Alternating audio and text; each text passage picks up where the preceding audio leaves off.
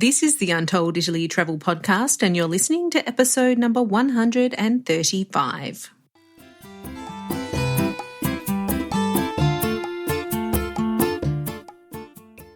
Ciao a tutti and benvenuti to Untold Italy, the travel podcast where you go to the towns and villages, mountains and lakes, hills and coastlines of Bella Italia. Each week, your host, Katie Clark, takes you on a journey in search of magical landscapes, history, culture, wine, gelato, and of course, a whole lot of pasta. If you're dreaming of Italy and planning future adventures there, you've come to the right place.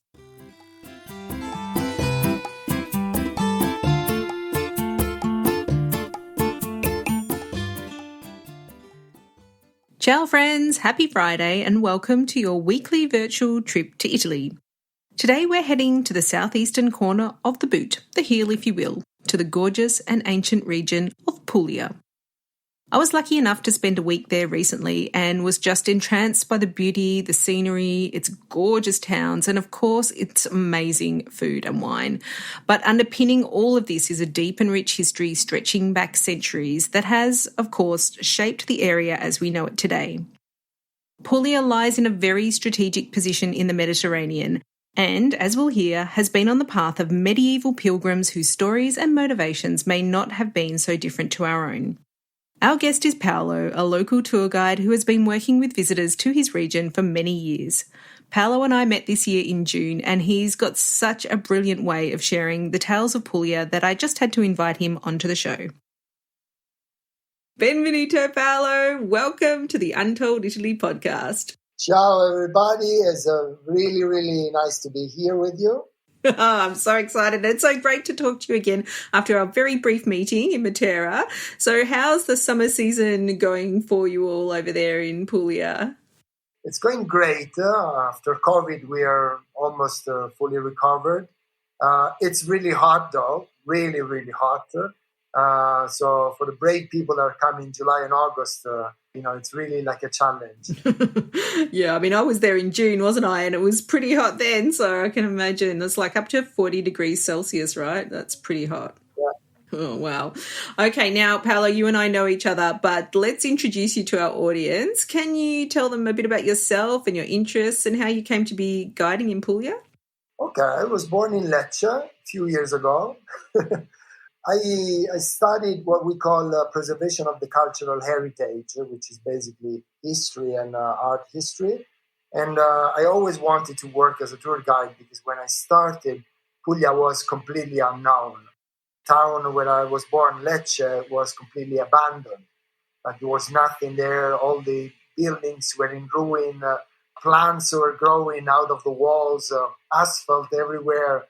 It was a disaster. There were no hotels, no pubs, nothing. And I wanted to bet on my own country, invest in all my energies and my studies, trying to do something for my country. And not because of me, but it worked out because I did it exactly when people slowly starting to discover Puglia.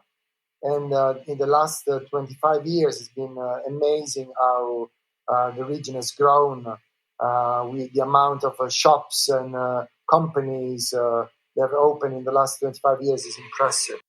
Wine, for instance. We were not producing wine anymore. Now we are again the number one producer in Italy for wine. And so that tells you how the region has developed in the last 25 years. Wow, that's incredible. Because obviously I hadn't been there 25 years ago, but I have been there recently. And it's definitely got a really energetic feeling about Puglia. So there's still some really rustic areas. But, what I really like about Puglia is, you go to some of these smaller towns like Cistanino or Locorotondo, and there's a real artistic feeling about the towns and real pride in their local culture. Exactly. I think that's the key word. What has changed, let's say, from my dad's generation, it's really like pride. We now are extremely proud of ourselves, our identity, our culture, our food. So the minute we have people coming, we want to share with them. Sometimes too much, like we push too much people to try our stuff, but it's really what you can feel if you come. People are extremely friendly because after ages where nobody was coming to Puglia, now we're all excited to have guests.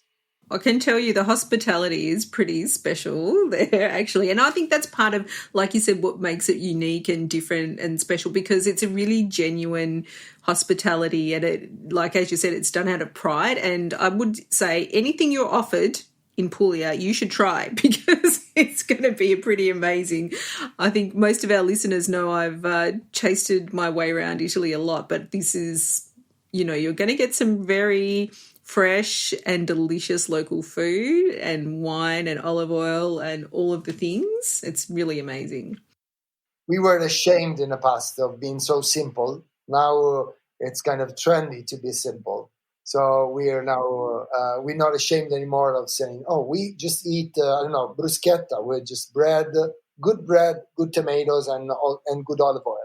In the past, it seemed too little, and now instead people appreciate. So all of a sudden we wake up and say, oh, good. Well, I mean, the tomatoes are really good. I mean, that tastes like a tomato. I mean, sometimes when you go to Italy and you taste a tomato and you're like, oh, I remember what a tomato was supposed to taste like, because it's just a massive flavour bomb. It's amazing.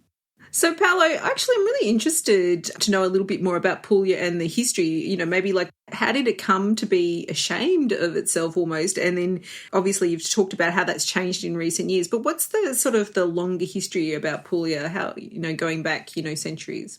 Why we got ashamed? Simply because, especially at the end of World War II, Italy has invested a lot in new industries. Let's say that Fiat is probably the symbol of this new age that we call the boom age. And all the investments have been made up north.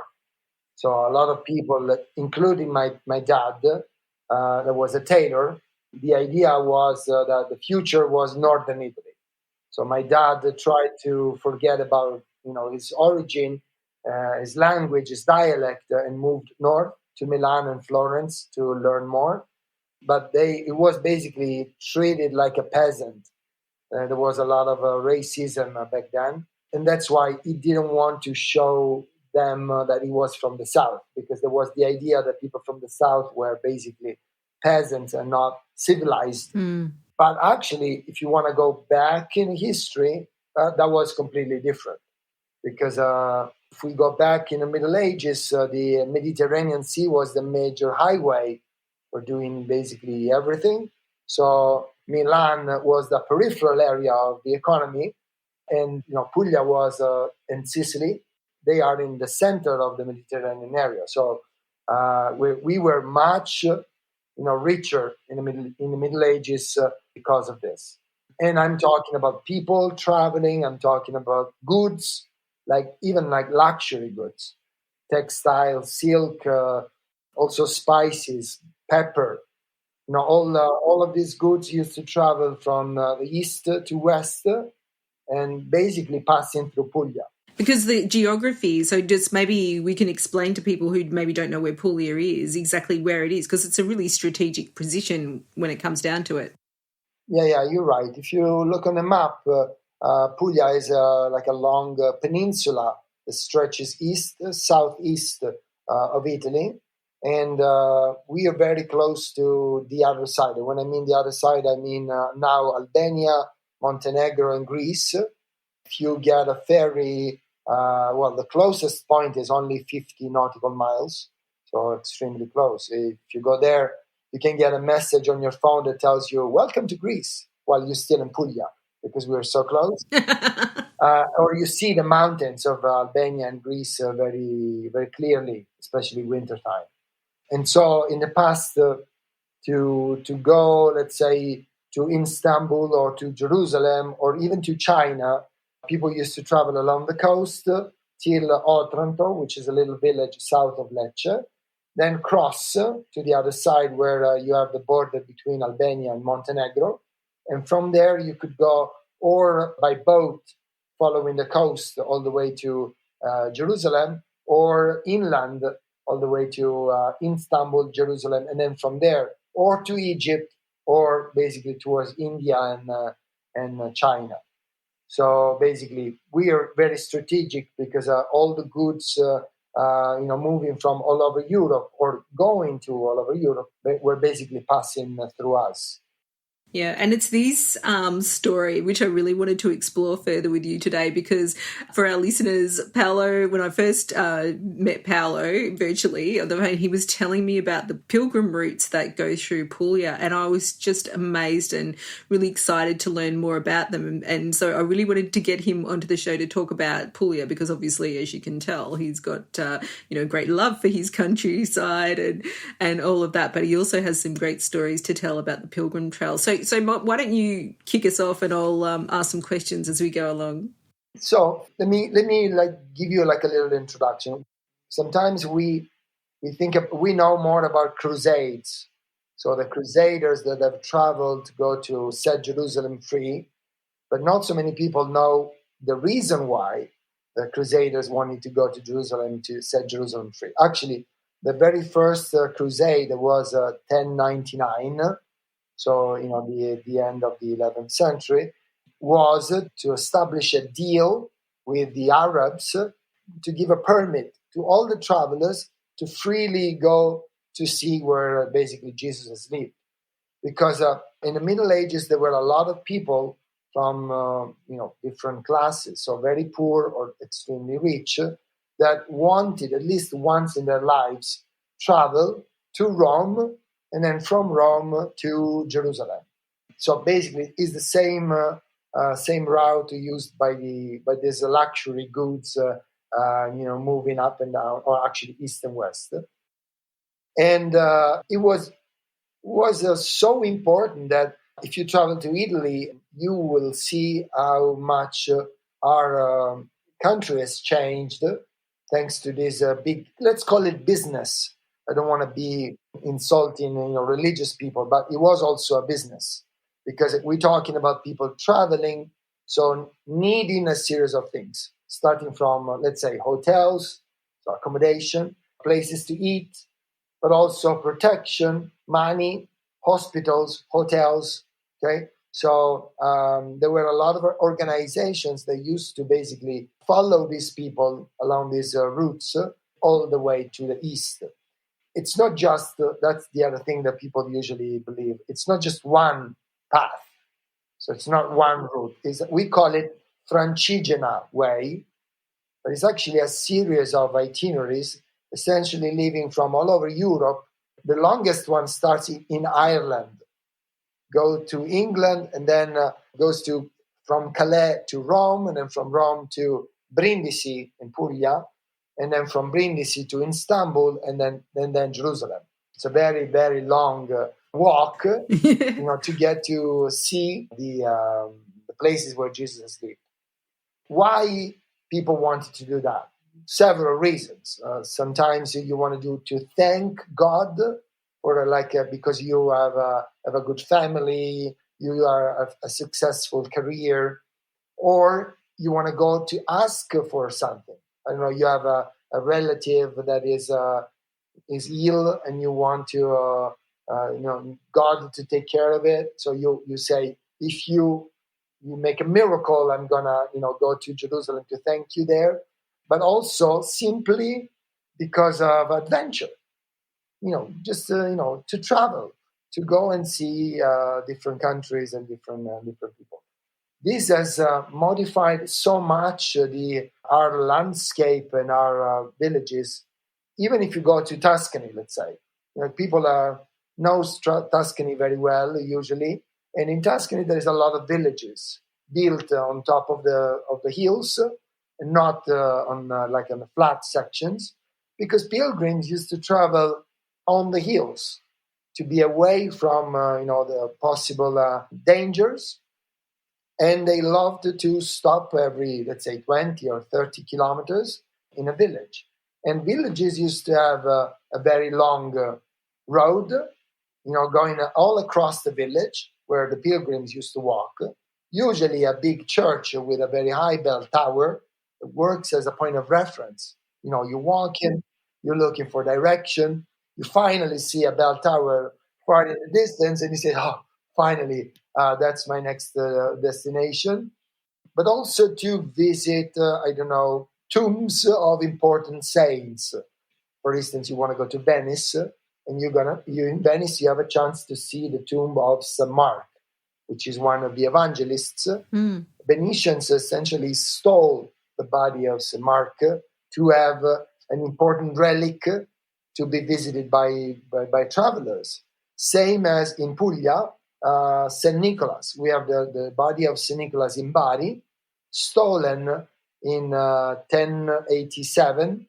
So exactly where this pilgrimages started, and basically fishermen, sailors from Bari went to Turkey to steal the body of St. Nicholas, and they built a massive church in Bari dedicated to St. Nicholas, which is one of the most important places to go, if you're a pilgrim.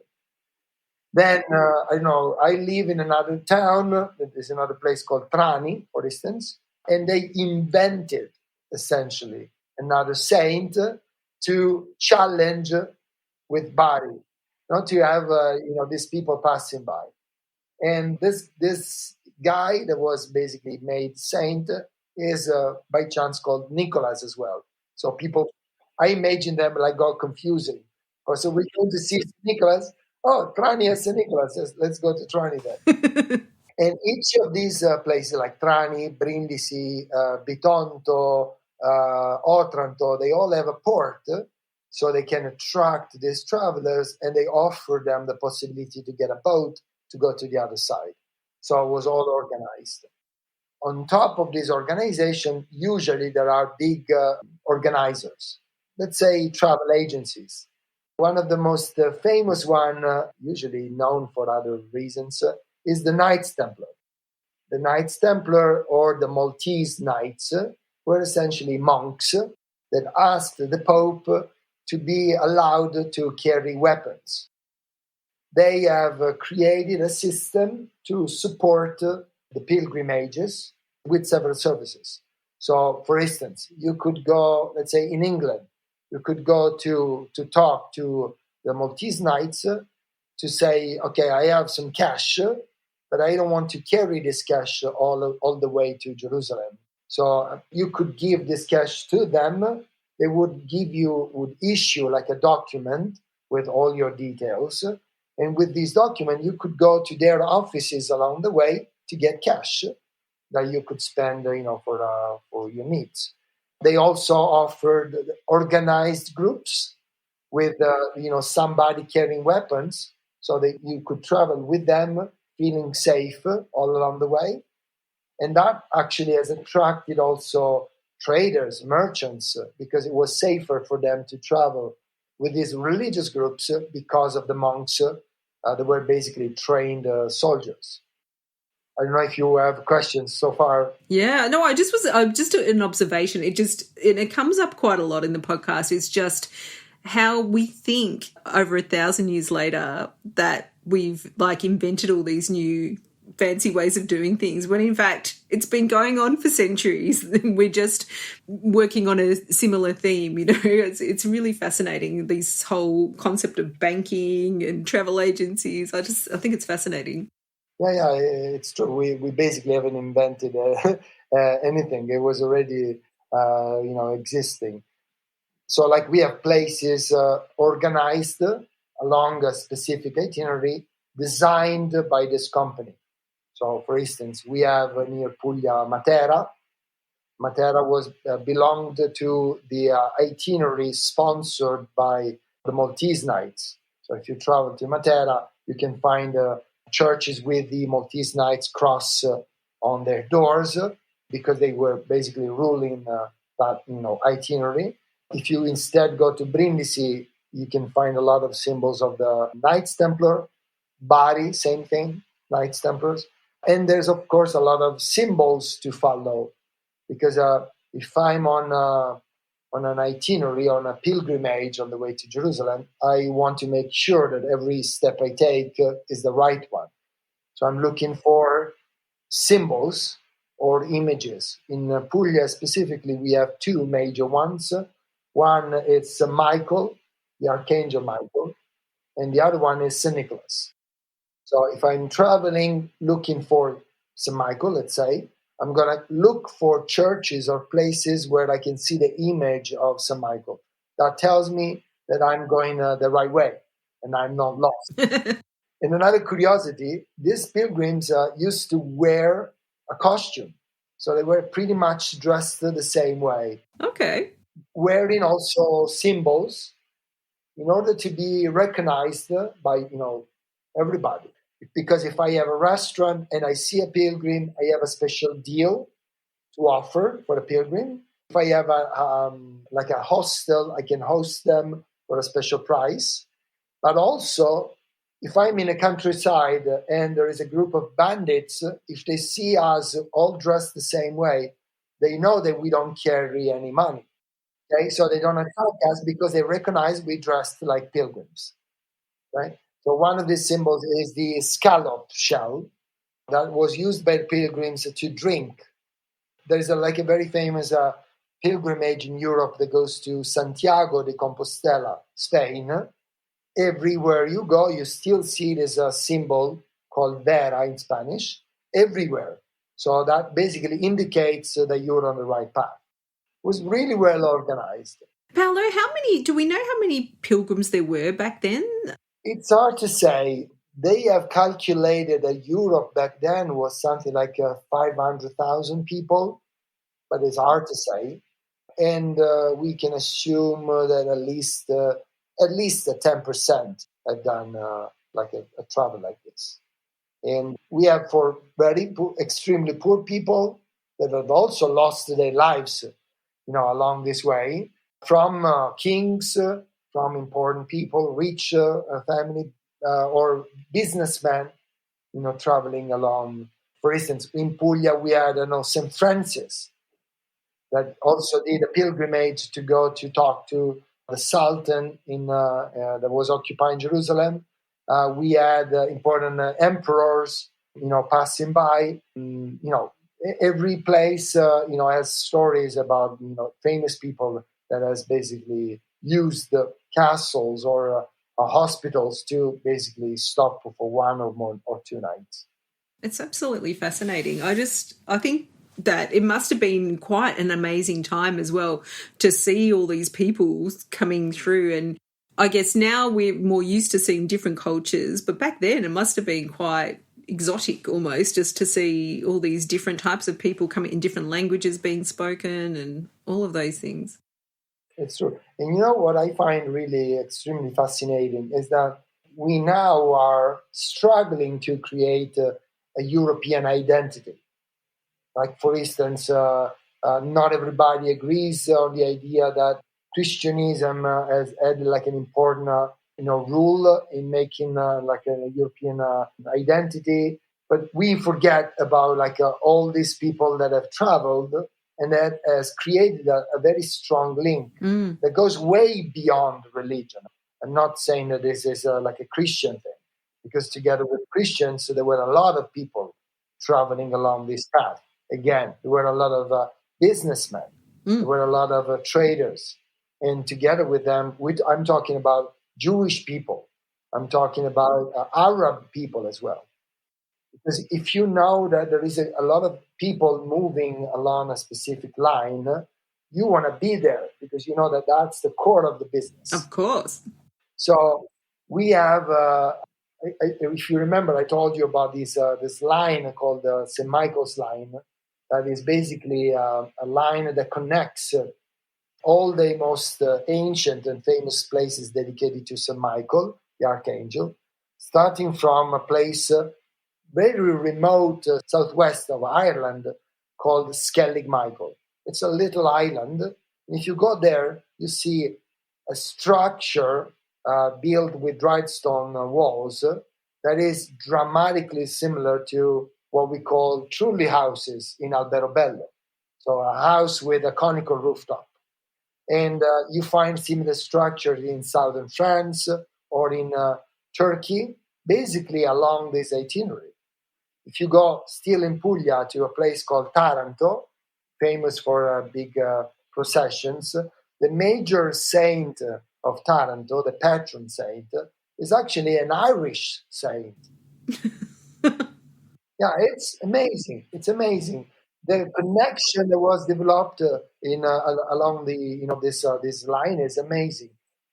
If you come to Puglia and see some of these churches built during these centuries, it's churches basically created with money of the Normans families that ruled southern Italy. The Normans were essentially Vikings that settled down in England, then in France, and then for adventure, for becoming richer, they decided to follow this business of the pilgrimages, and they decided to settle down in southern Italy as well.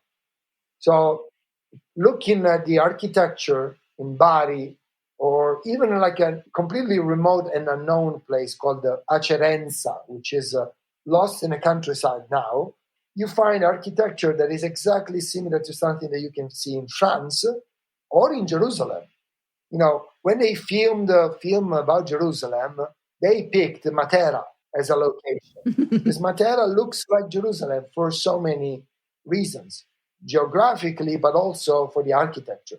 Yeah, I think these connections and all of this, and so I don't know why human beings are fighting these connections, because they're already there and they have been there for centuries. We've been already working together, like you say, trading, talking, building, and I don't know why we fight this history. It seems kind of crazy to me. Yeah, I think it's simply because we forget, or we don't study, or we don't know enough about our own history. I don't want to spoil this to everybody, but think about pizza. Pizza, like the most iconic, food that Italy has. We are super proud of our pizza, but the word pizza comes from a Greek word, which is pita bread. So basically, the shape, the round and flat shape of our pizza comes from Greece. Nothing is basically completely isolated in Europe. There's always like a connection or something that is reminds you, some other places. Absolutely. Oh, it's so fascinating. I could listen to you talk about this for hours. But you know what I think is really interesting as well is that these routes are still available to people today, aren't they, to experience this for themselves. So can you tell us a little bit about how people can, experience these pilgrim routes that go around Puglia in particular? Yeah, there is a series of projects that have started. I don't want to say anything wrong, but I think something like 10 years ago became like viral, especially during COVID, because like people are so scared of being in crowded places, looked for hiking adventures and things in remote areas, and so now it's becoming more and more popular. Basically, there's like a project of basically making available this Francigena way all the way from Calais, basically northern France, all the way to Rome and then Jerusalem. These organizations and these projects are actually connected but at the same time independent. So at the minute, if you want to travel from Calais to Rome, you can follow a very organized path. I shared with you the link of this organization, and you can get also what is called the credentials. So it's like a piece of paper where you can get stamped in every single place where you stop. They validate your itinerary. So at the end, you have this paper with all the stamps, which is also like a piece of art at the end that basically certified the fact that you have traveled along this itinerary. And it's becoming like a new business again, because there's shops opening along these itineraries. There is new bed and breakfasts that offer special discounts to pilgrims. Also restaurants offering like set menus for travelers, and you can do that walking, so like hiking. It's on asphalt, but very like back roads, so not very with very little cars passing by. or on gravel, so really like trails. But you can also do it on bicycle. There's a lot of cyclists that love to do that, and like I'm really fascinated because I'm a keen cyclist as well. So you can do like bike packing. That's how it's called. Bike packing. So with very small bags attached to your bike, you basically travel for if you walk for 20 to 30 kilometers, per day. If you're cycling, you can do 50 to 100 kilometers if you want. And it's fascinating because along the way you find a lot of people. They all say buon cammino in Italian, which is basically enjoy your walking. There is a lot of signs now built by the local government, so it's easy to follow. But there's also GPS. GPX is actually the name of the file that you can download, so you can follow the itinerary. You can do it completely on your own, so like you can start your own adventure, or you can ask local companies to help you. I don't know, with luggage, for instance. So if you want to travel without carrying your own bags, you can ask companies to take care of it, delivering from one hotel to the next one. You can do it all, so from France to Jerusalem, or you can do just a little portion. So I was telling you, the first section from Calais to Rome, it's completely available, works very well. The one from Rome to Brindisi, it's recently been recognized by European Union. It's 3 or 4 different itineraries, so you can choose which way you want to take. There is already a lot of signs.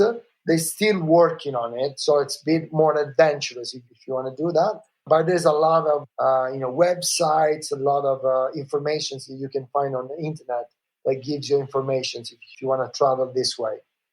It's fascinating because you explore areas where tourists regularly don't go. It's still not affected by what we call now over-tourism. No? So you can visit the real country, you can meet people. And I noticed that locals love to see you. They are extremely friendly and helpful, and they want to help you because they see you kind of gaining your trip, like suffering and experiencing some fatigue. So they offer you water, they offer you wine. There's a lot of people that invite you to share a meal or just sometimes for a drink because they admire you along this itinerary. So it's really fascinating.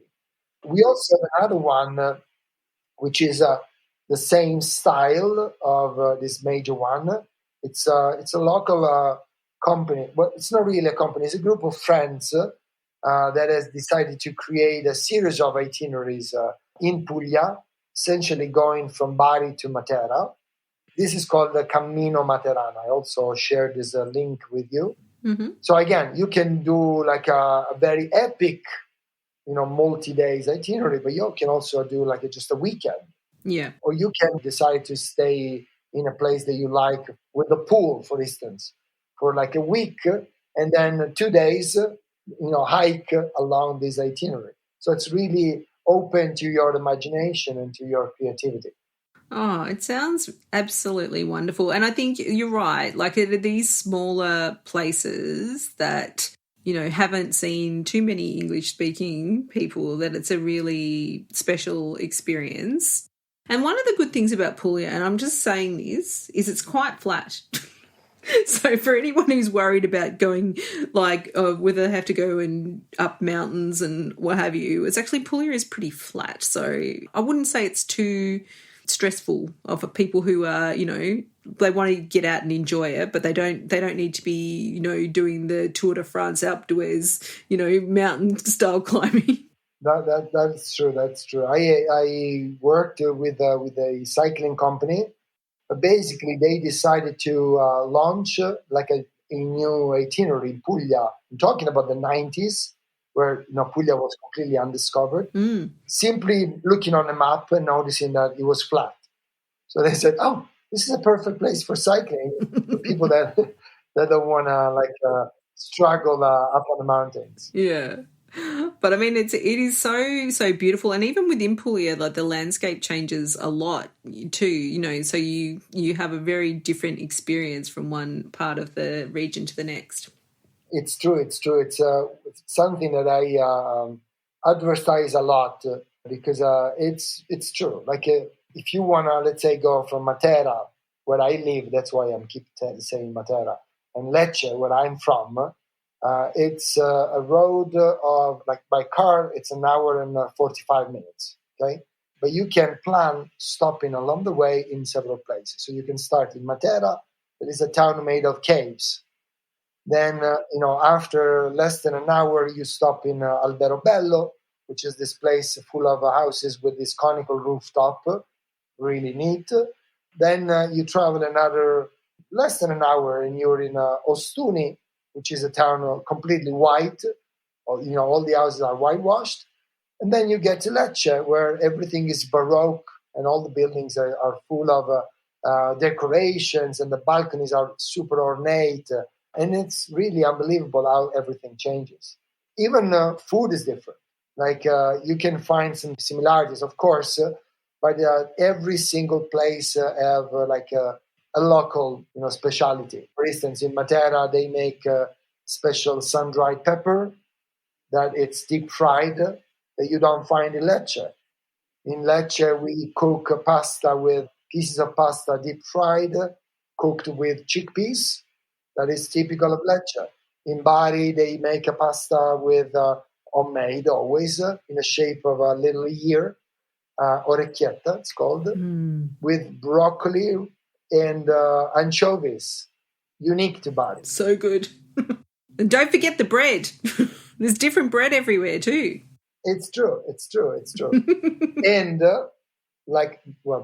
probably like an English-speaking person want to really notice that. But if I speak my dialect in Lecce and I go to Bari, we don't understand each other. It's really like two completely different languages. Even if I talk Italian, I have such a strong accent that they basically immediately tell me, "Oh, you're from Lecce, right?" Oh my goodness. Yeah. That's really interesting. What sort of an accent is it? It's really interesting from an Australian perspective. I always wonder how people sound speaking Italian that are Australian or English or American, if they sound different. Yeah. So if you, let me try. So I'm picking two extreme areas. Okay. Yeah. Sicily, a Sicilian person in English would talk very slowly. Something like, "Hi, how are you? I'm from Sicily. This is my accent." And I sound like this. It's kind of tired of talking, okay? If you go to Bari, they speak much faster, and they usually don't finish the words. Okay? They say, "Mano, I'm from Bari." And they change also the sounds of the vowels. You want an example? The word Madonna, like Virgin Mary, they say, "Madonna." They are very colorful people also. Yes. So we have a word in Italian that probably doesn't exist in English. It's a campanilismo. Okay. So if you want to translate it, it's like a bell towerism. Okay. So we are affected by this. So we're so proud and so focused on our own bell tower. And we walk to another town where there is another bell tower. We feel like we have to fight somehow, or we have to protect our own identity. So there's a lot of competition between all these cities, and Lecce hates Bari and Bari hates Lecce. There's a lot of soccer, football, rivalry, and it's there's a lot of people insulting each other in a fun way. So it's nice. I love that there's a word for it, because that's one of the things I love about Italy. Is wherever you go, it's no, we have the best olive oil, and I'm like, yeah, come on. No, we have the best coffee. No, we have the best wine. I'm like, okay. You were in Matera. Talk about the people about bread with people in Matera. Oh, But Matera bread is the best in the world. Then you go to a village which is 15 kilometers away.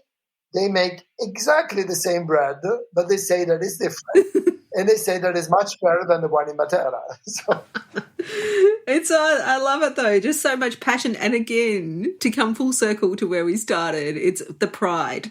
It's the pride in the local community, the pride in everything about, you know, what they do, what they make, what they talk about, their football team, what they eat. It's a really special thing. And I think, you know, sometimes when we think about Italy that's become more modernized, I guess, you don't get that whole sense of feeling and that sense of community, which is what, you know, I really did feel when I was in Puglia. And you do get that sense of people joining together to be proud of their countryside and everything that they've created. And I just love those little towns where they all got together and decorated in such a way, just very unique, very subtle as well. Although, I have to say, I always say this, Loco and Tondo wins Christmas every year. I mean, I don't understand why everyone's going to Germany and Austria to go for Christmas, but you should go to Loco and Tondo because they decorate that town. It's so beautiful. I've only seen it in pictures, but I'm going because I love Christmas. Do you know about the contest that they organize in Loco Tondo? No, you better tell us, Paolo. It's a contest for the best balcony or the best courtyard. Oh. So each family decorates the balcony and or the courtyard with a lot of flowers and plants, and each one has a little number. So if you're going into Loco Tondo, you can notice that there's like a wooden plate with a number on. Oh. And there's like a jury, basically gives awards for the best balcony or the best courtyard. And so it's fascinating because every time you go, you see so much flowers and plants everywhere. But it's really done in a stylish way. So I don't know, like in where we are, people would go into that and it would be, I'm saying mean things about my country, but it might be a bit garish. It wouldn't be like stylish or considered, but this is really beautiful, and you just get a really calm sense of peaceful, and, you know, because of all the buildings are whitewashed and you've got the green plants and the flowers. I don't know if like in English there is this word, but we say that is Instagrammable. Yes, we do. Everybody, when it decorates now, they always think at somebody taking a picture, so they always calculate everything to give a photo opportunity. Well, I don't think you have to try very hard in Puglia, I have to say. I've got so many photos that are so going on my Instagram. But now, Paolo, before we forget, so can you help people, if people wanted to explore these pilgrim routes, can you help them do that? Sure. I work as a tour guide, so people can easily get in touch with me, and I actually love to plan itineraries specific for people's desires or needs. So they can ask me to have a multiple day. I can be with them if they want, so I can guide them around, helping them to pick a restaurant or helping them to choose the hotel. I'm not a travel agency, so I don't make reservations, but let's say I can work as a consultant and a tour guide. So yeah, that's what I do basically. I've had some of Paolo's restaurant recommendations, and let me tell you, that's very good. And I think that, definitely reach out. So how can people reach out to you, Paolo? Let them know. They can reach me on social medias like Facebook or Instagram, or through my website. The website is www.apuliahandmade.it, or my name, Paolo Maragliulo, on LinkedIn, on Instagram. I'm the only one with this last name, very complicated. How do you spell it? It's Maragliulo. I can show you all my mails that I get, but my name is always wrong. Oh dear. Well, we're going to put them, hopefully spelt correctly, into the show notes, everything there, so that everyone can find you. Because honestly, definitely everyone, you need to reach out to Paolo, because it's a really special part of the world. And I just don't think, if you don't have someone there to guide you, whether that's in terms of your itinerary or even on the ground helping you understand, because there's not everyone speaks a lot of English over there as well, so it's very useful to have someone with you that speaks, you know, great English and great Italian, and you'll get a deeper experience if you do it that way. If you don't speak a lot of Italian, I think it's really worthwhile going with a guide like Paolo to experience some of those things, because I went with someone who spoke Italian, and, you know, really, if I hadn't gone with Olivia, it would have been a completely different experience, I think. I wouldn't have got to try the delicious mozzarella cheese with pistachios, which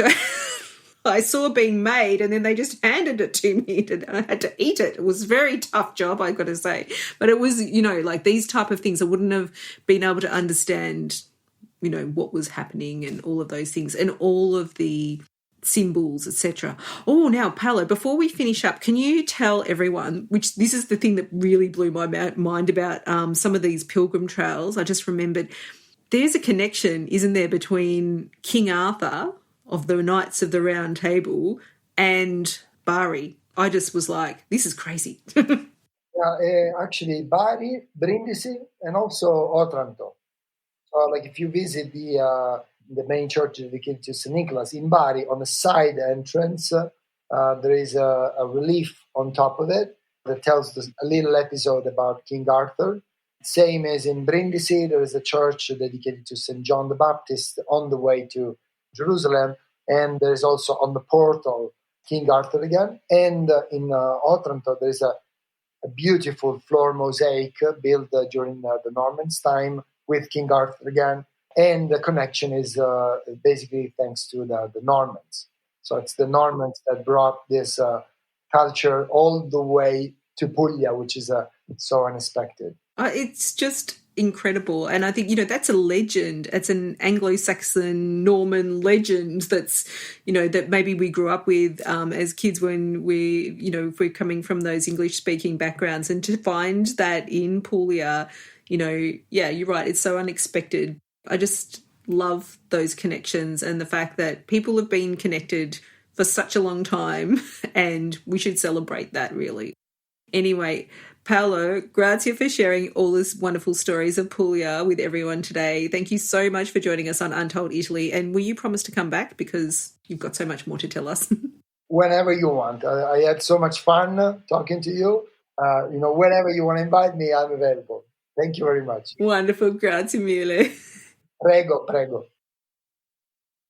Listeners, you know the best thing about our podcast is that I get to learn so many amazing things about Italy and the world in general, and also meet people with deep local knowledge like Paolo. It really blew my mind when I heard about St. Michael's Line and the common threads that bind people that live along this old pilgrim trail over many, many centuries. And I just had to share this with you all, and I hope you enjoyed our chat. Very soon, our first guests on our Untold Italy small group tours will begin their adventures in Puglia and Matera, and I couldn't be more excited for them. They're going to experience the magic of this lesser-known region of Italy, and we have so much fun in store. From beautiful Baroque Lecce to the trilly towns of the Val d'Itria and fishing villages along the coast. Of course, hearing local stories and tales and eating amazing food along the way. We're sold out for 2022, but have some space left for 2023. Head on over to tours.untolditaly.com for all the details. As always, we've provided Paolo's information and links and all the places mentioned in our comprehensive show notes at untolditaly.com/135 for episode 135. We provide these notes so you can relax and listen to the episode and not worry about having to jot down complicated sounding Italian words. Thanks for your support of Untold Italy. We truly appreciate all of you, especially our Amici private podcast subscribers and, of course, all our listeners joining us from around the world. If you have a spare moment, we would so appreciate it if you left us a 5-star rating and review on your favourite podcast app. That way, we can reach more Italy-loving travellers just like you and raise the profile of our wonderful guests like Paolo, who you heard today. That's all for today. Next week, I'm going to share some tips on how to manage your travel itinerary in Rome when it is super hot, like it is right now. But until then, it's Ciao for now. The Untold Italy podcast is an independent production. Podcast editing, audio production, and website development by Mark Hatter, production assistance and content writing by the other Katie Clark. Yes, there are two of us. For more information about Untold Italy, please visit untolditaly.com.